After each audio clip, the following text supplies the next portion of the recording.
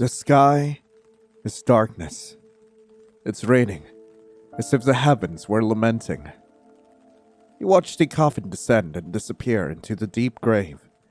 Your mother adjusts the veil on top of her head, while concerned with not smudging her makeup in the drizzle. Your cousins are under a tree, confusing their phones! As if nothing else mattered. As if he didn't matter. Your aunt is crying beside the grave. The rhythm seems steady and rehearsed. They are not burying a man. They are burying an obstacle. You're tired of this. Before leaving, the gravedigger points to a book of condolences. A formal record for those who are left. Fake words. You were the only one who truly seemed to love him. The grandchild whom he adored so much. The one who remained when everyone else turned their backs on a sick man. He decided to sign, one last time. The last statement that was from his own grandchild. My name is Lion. His name looked too small on the blank page. You put the pen back in its place. There's nothing more to do. He's not here anymore. Your family members went directly to the registry office. All you have now is the key in your pocket, and the house he left behind.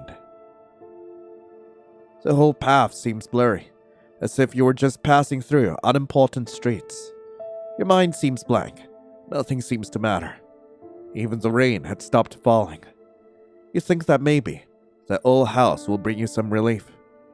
You had to leave behind your old cramped apartment. But it would be worth it.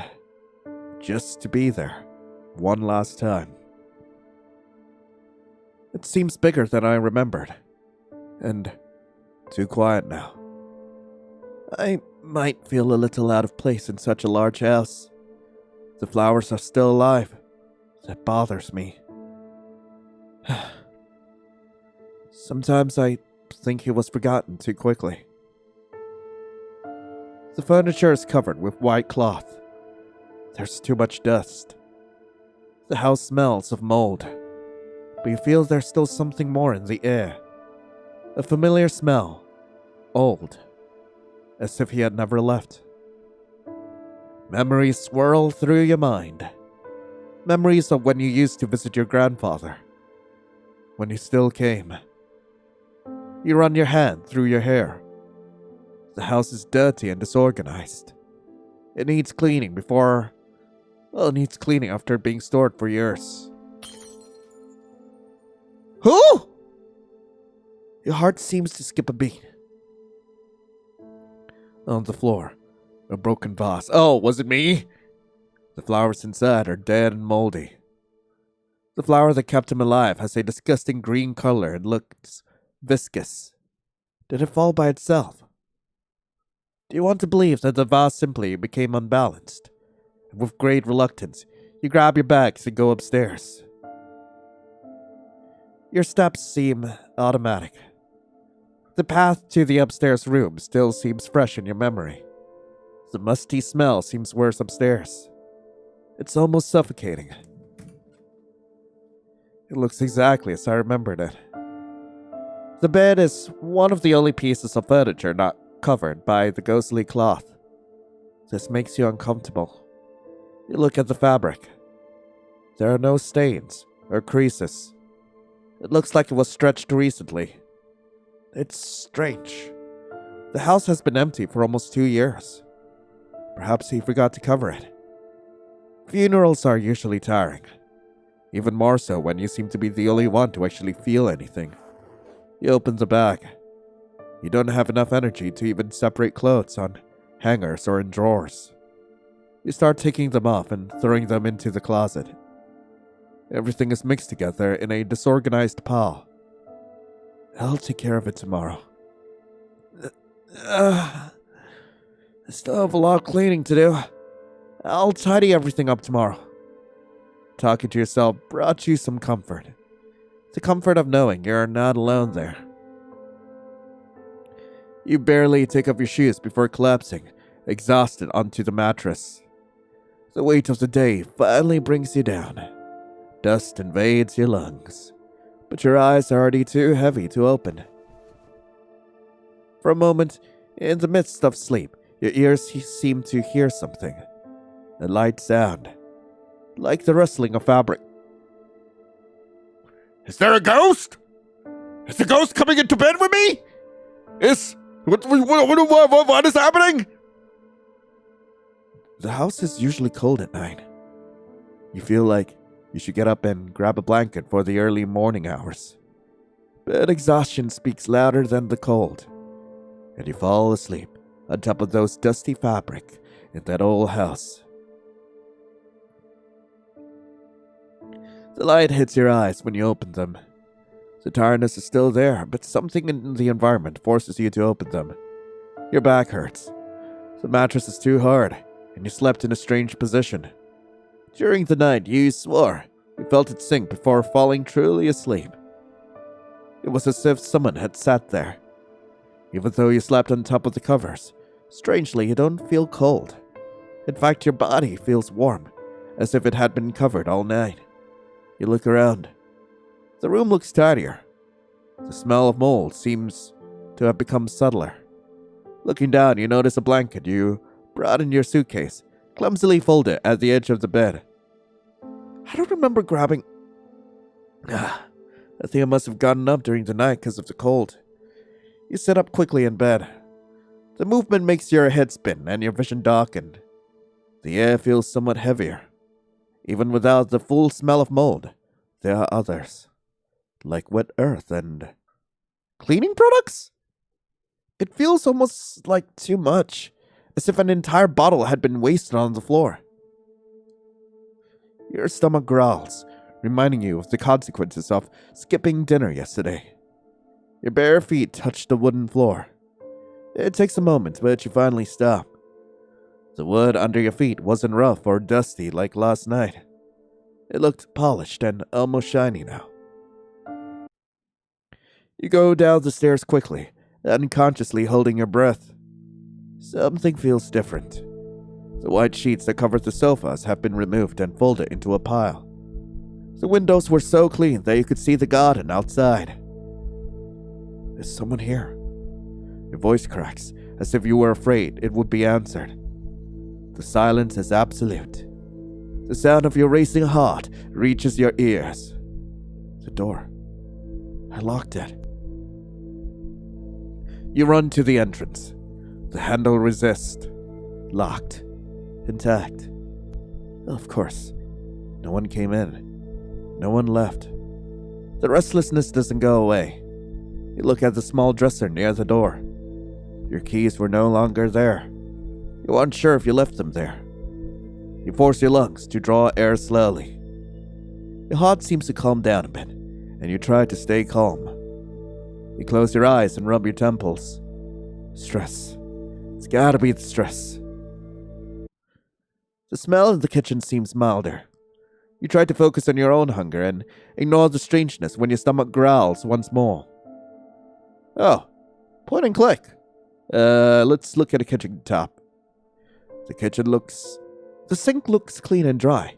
There isn't a drop of water or a grain of dust.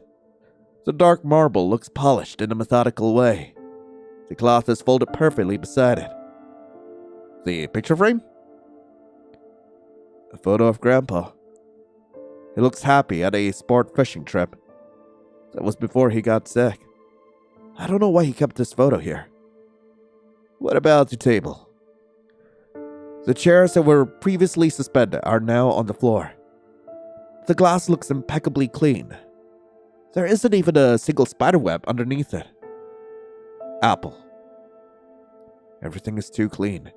And then there's this. The fruit shines on the kitchen counter. Almost perfect in an artificial way.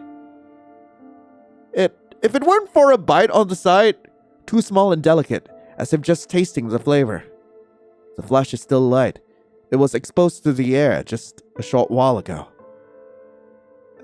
I didn't bite that. I think. I leave it where it is. A shiver runs through your body. You feel like you shouldn't touch it. You don't want to touch it, actually. But you are desperate enough to eat it. What? What do you mean? Your stomach churns. You walk hurriedly to the back door. Twist. Push. Nothing. It's locked. No. No, this isn't happening. I'm just tired.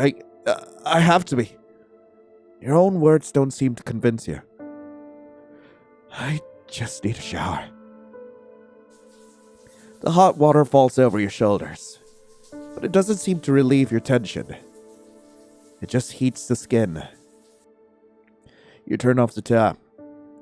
The thick steam fogs up the glass and the small window at the top of the bathroom. You reach your hand outside the shower stall, trying to reach the towel rack. But your fingers only find a cold, damp tile. What? You open the door so abruptly that you can hear it creak.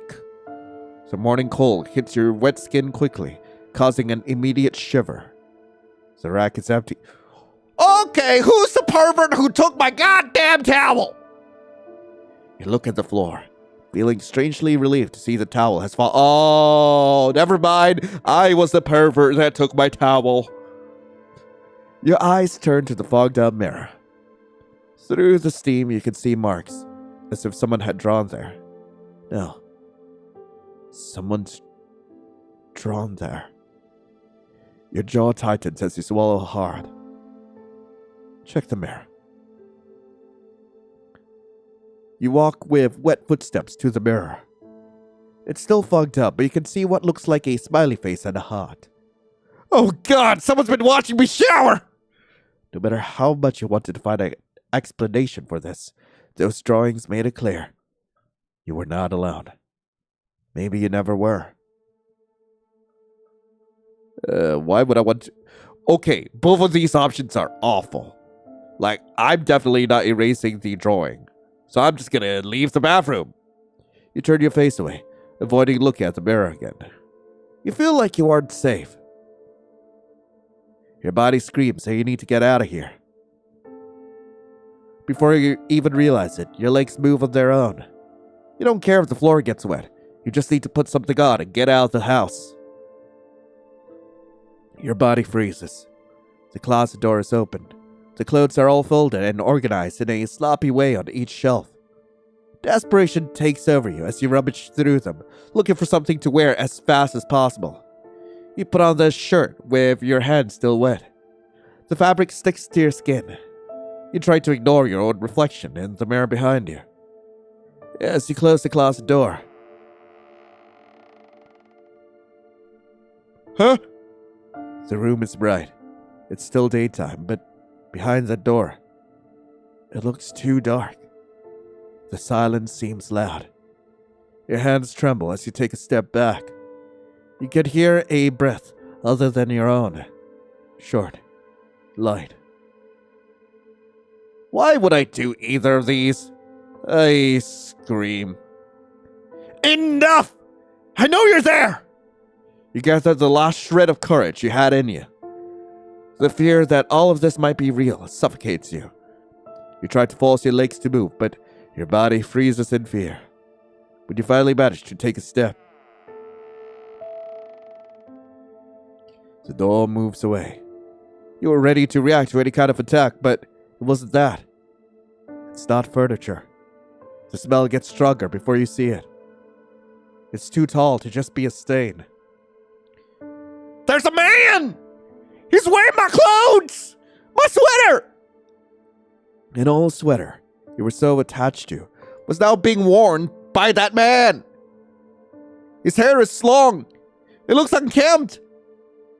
He doesn't attack you. He just looks at you with a smile too wide. Oh God, he's been watching me naked. His pale skin looks a bit flushed. The smell of roses in the room becomes sickening and strong, masking the slight smell of mold. I didn't mean to scare you. His hands move nervously as he approaches. The steps are light and slow, as if fearing you might run. He stops in front of you. His body seems tall compared to yours. He brings his fingers to your cheek. The touch is icy like ice cubes. The skin felt damp like wet paper. He forces your gaze to meet his. Did you like the gift? I tried to draw something beautiful. You still like beautiful things, don't you? Yes, you do. His tone sounds almost like that of a child seeking approval. Hey, those to clean the house? You seem tired. Your brain seems to finally process everything. You swat his hand away from your face. What are you doing here? Who are you? Do you live here in hiding? Are you like that guy from The Boy, Brahms? Brahms? In hiding? No, my honey. I've always been here. You're lying. The house was empty. It always has been. You're an intruder. He tugs at his sweater like an anchor. It is an awkward moment. I'm not lying. I need to leave. I need my keys and get out of here as quickly as possible. Give me my keys and I won't call the cops. Don't crack like that! He tilts his head so far that you hear a dry crack coming from his neck. Leave? Why? That won't do any harm. I folded the clothes, cleaned the house. Why do you want to leave? So what does it matter? I just got here yesterday and now this? I don't even know what you are. You smell like mold. Are you the mold demon? It's strange and disgusting. The words came out like poison, but his reaction wasn't one of fury. He freezes. His smile fades, but he looks at you with a kind of fascination. You can call me that. Yes. Mold. Oh God, I am flirting with the black mold in my grandpa's house. Oh my God, this... Okay. You can call me that if you want. He falls to his knees in front of you. The impact didn't make a sound of bones hitting the floor, but rather a muffled sound like a sack of dirt. He clutches the hem of your shirt as if pleading. Please, don't go. I beg you, honey. Don't go. I'll keep the windows clean. The floor polished if you prefer, but don't leave us. Oh my God, wait. I was kidding. I was kidding? Am I actually dating the mold in the house? No. His voice is broken. It sounds almost too human. Seeing that creature kneeling at your feet fills you with revulsion and an involuntary pity. He's completely insane. If I try to run, he'll chase me, or worse, he might freak out. If I stay, I can find the keys or get him to hand them over. You look at Mold. His hands were trembling while holding your shirt. Saliva goes down, dry in your throat. Okay. I won't leave, but please give me some space. Mole lifts his face. He immediately lets go of your clothes and crawls backwards. Yes. Space. Even while obeying, his eyes seem attentive, fixed on you, noticing every movement. He obeyed. At least he seems to understand commands. If I could keep him occupied, maybe I can have space to look for the keys. I'm going downstairs. I need water. He stays in place, only giving a brief nod. Stay here. You leave the room with steps that are much too slow. Your mind feels alert, as if you were turning your back on a predator. Right. They were here. You look at the dresser by the door. The wood was clean and varnished, but the key wasn't there. You open the drawer. Empty. Not even a spider web. You look up. There is a dark stain on the ceiling above you. For a moment, you think you saw it move. You walk to the window and try to open it. It won't move. The latch seems stuck. You use all your strength to pull it, but you don't seem to have any success.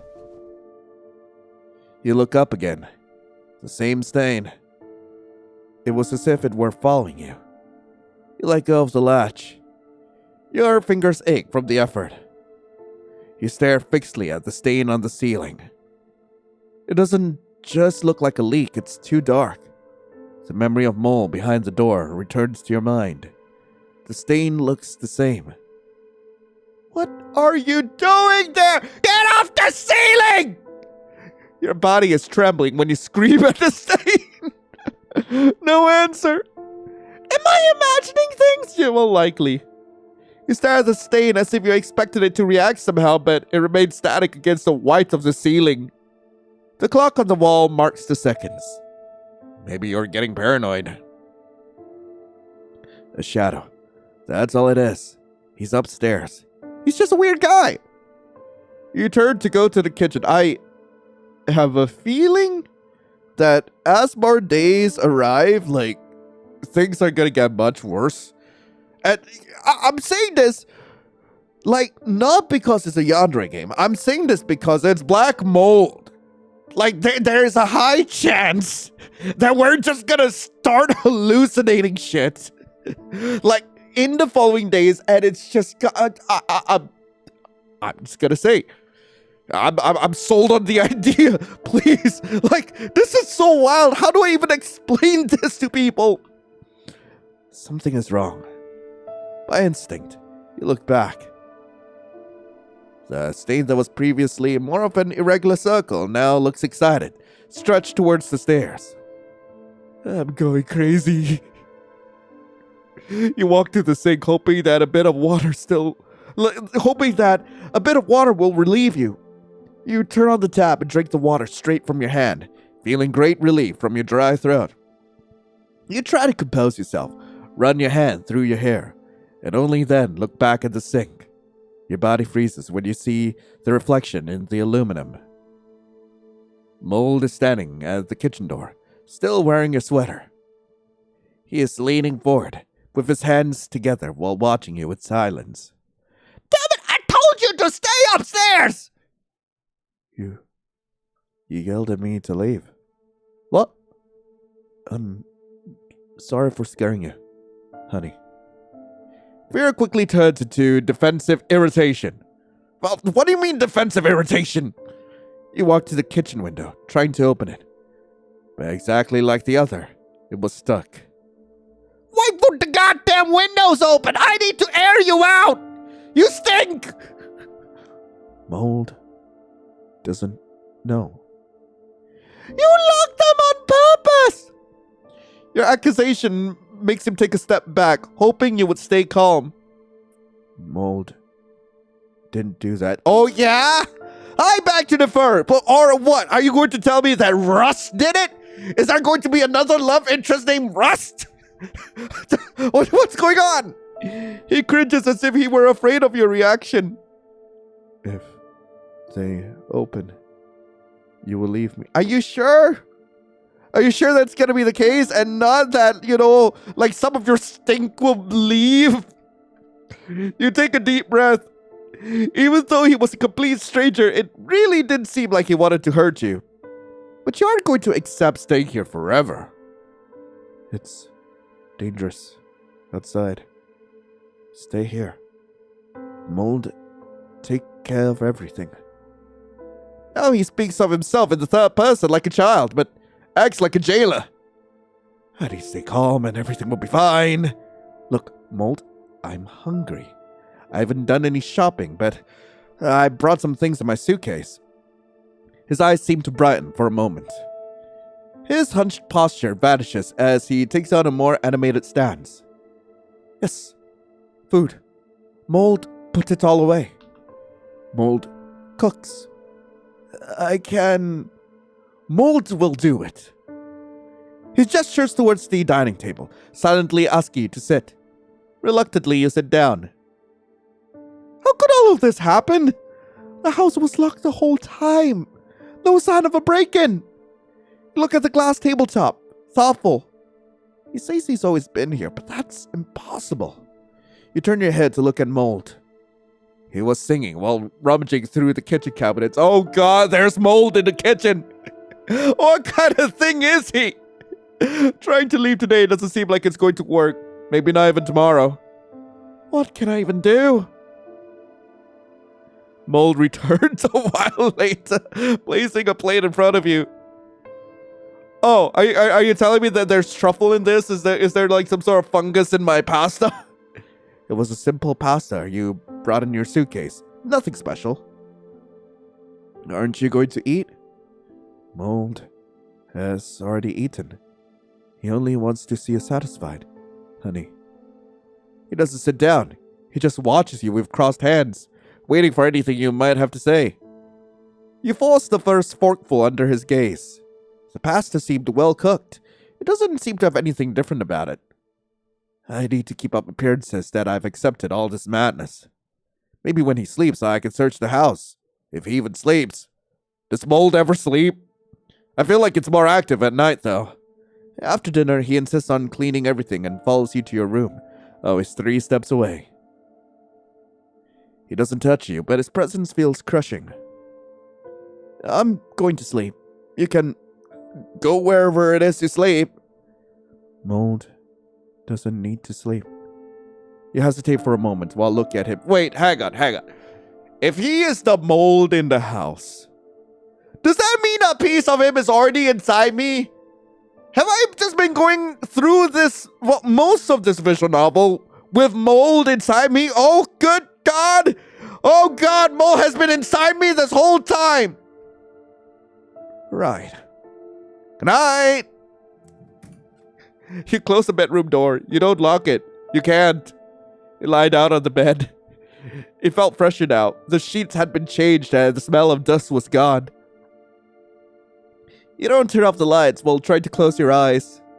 Any slight noise makes your heart beat faster in your chest. The last thing you feel before falling into exhaustion is the sheet being adjusted over your body. Oh! Cool! Anyway, that was Home is Where He Is. I really hope you guys enjoyed it. If you guys do want to play this for yourselves, link to the game will be in the description below. And I'm definitely going to be back for the next part of this, because God freaking dating the mold in your grandpa's house! What the fuck do you mean? Why did they yassify about grandpa's mold? That is so wild, but like, yeah, this is such an interesting concept, and like, I really hope that the dev like leads into like the possibilities of psychological horror with this. Like, I'm so excited to see like where they could possibly take this. Please don't just make it about hot men, please. Like, crank up the psychological horror. I am begging you, because it'll be so cool.